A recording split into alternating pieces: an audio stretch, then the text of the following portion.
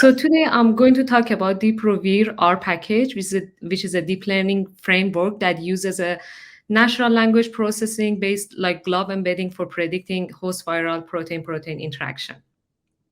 So emerging infectious diseases, they cause numerous death and healthcare costs per year. And RNA viruses are the leading causative agent behind these infectious diseases that account for 44% of all cases. These viruses are actually obligate parasite that depends on interaction with host protein throughout their life cycle. For example, from entry, genome replication, translation, and viron assembly to facilitate their replication and establish their survival. These interactions are actually sustained throughout the evolution. So if we can study this interaction, it can advance our understanding of mechanism underlying infectious disease, and also it can point us to the host factor for antiviral therapies. So biochemical methods such as affinity purification, mass spec, and yeast-to hybrid have enabled a characterization of host pathogen interaction on a large scale. But still, the interaction map is far from the complete due to the experimental noise and cost, and make it impossible to map all the association for viruses, especially for novel viruses. So despite these challenges, this information can be as an important source for computational modeling. So with advances in sequencing technology, existing computational techniques have been developed, and they are mostly using physiochemical descriptors such as amino acid composition, dipeptide, tripeptide composition, autocorrelation in order to encode the protein sequences, and then couple that with machine learning, traditional machine learning, in order to predict the association. However, they have some limitation. First is that they actually cannot capture the sequence similarity, and also selecting the effective encoding schema is challenging because we have different diverse set of features. While integrating all of these features has been shown that it actually reduced the model performance, and when especially we are dealing with a large data set. Uh, and also the another limitation is feature engineering, because the another limitation is sorry the another limitation is feature engineering, because there is a human design, and it may result in incomplete features. So with considering this limitation, we developed DeProViR R package that uses a glove embedding and coupled that with deep learning architectures in order to capture the complex and nonlinear relationships. So glove embedding is natural language processing that can capture the semantic association between amino acid residue. So this is the plot that's showing that it actually composed of two steps. As you can see from it's a detailed overview of the package. In the first step, it learns the sequence representation of host and viral sequences, and in the next step, it infers the interactions. So in the first step, what it does, when we have the FASTA sequences, it will tokenize them and it will pad them to the same length. And then it will map each of these tokens to embedding vectors using embedding layers. And these embedding layers will be used as an input for a Siamese deep learning architecture. So what I mean with Siamese architecture is that, meaning that instead of building one deep learning architecture and merging the embedding layer, we're going to have two subnetworks with the same weights and parameters. And this will improve the performance and enables capturing the nonlinear relationship between interacting protein.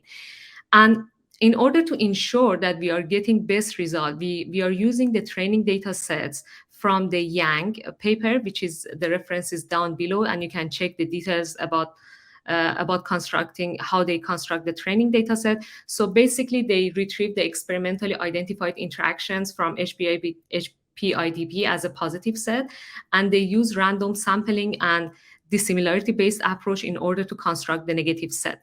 So we use that data set in order to train the DeProViR package, and in order to achieve the best performing result, we fine-tune the hyperparameters using a grid strategy, and the parameters overview is actually shown in the DeProViR architecture as well as the DeProViR R package function as well. And also, in order to ensure our proposed method is performing well, we also evaluate the performance using a training set, if I can, using a training set and using cross-validation, and you can see that across all the scenario, the hybrid model, actually the deep learning architecture composed of convolutional neural net, bidirectional LSTM, and MLP layer. So when we compare this hybrid architecture across individual model, we can see that the hybrid model outperform all the base model across all the scenario, and which demonstrate the robustness of the hybrid model. We also observed that the hybrid model achieved the best performance using the highly imbalanced training dataset using 1 to 10 positive to negative ratio. Therefore, we use that one for training our final model. We also compared glove embedding performance as compared to other physiochemical descriptors. And I obtained all of these physiochemical descriptors from HPIPR package that I have developed last year. And as you can see here, also glove embedding is actually outperforming other encoding schema, which shows the effectiveness of the glove embedding. So this package is already available from my GitHub repo, and it's under revision in bioconductor, and you can either get it now from my GitHub repo or install it from bioconductor open acceptance. And it's already been built successfully in both Mac and Linux environment in bioconductor. Just make sure that if you are using DeProViR package, you have the Python install and you have the path to Python in your R environment file. So I try to, this is an overview of the function, and I try to make the package as simple as possible, because the purpose is to just predict the interaction immediately for newly emerging viruses. So the function 3, 4, 5 is important, and I will go through them in the subsequent slides. And the function 1 and 2 is already embedded in function 3 and 4. So the model training function is actually gives the users the flexibility to change the training data set. For example, users want to do diverse tasks. For example, they want to predict interaction for drug target or protein-protein interaction within one species, or predict host pathogen association. So they can change the training data set. They can change the training data set, but it should follow the same format here. And so what this function does, when you give your training data sets, it uses glove embedding and viral and host encoding to encode the sequences. And then once you have your training, it will build one architecture, deep learning, based on the first initial element, and the second based on the second interaction element. Then it will concatenate them, and it use model training based on the CV fold that defined by the users.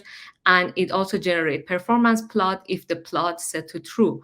And it also save the model weights in case if you want to use the model next time. So it allow you to save the model weights also. So the load pre-trained model is actually very simple, and it takes a second to be loaded. And it actually already been trained using Yang dataset and achieved the performance of more than 0.90. So this is only when you want to use this model for predicting association between viral and viruses and hosts, and it's very fast. And so what it does, again, it preload the glove embedding. It load the glove embedding, and also it builds the deep learning architecture once from the host side, once from the pathogen side, and it concatenate them, but there is no training here. So that is why it's very fast.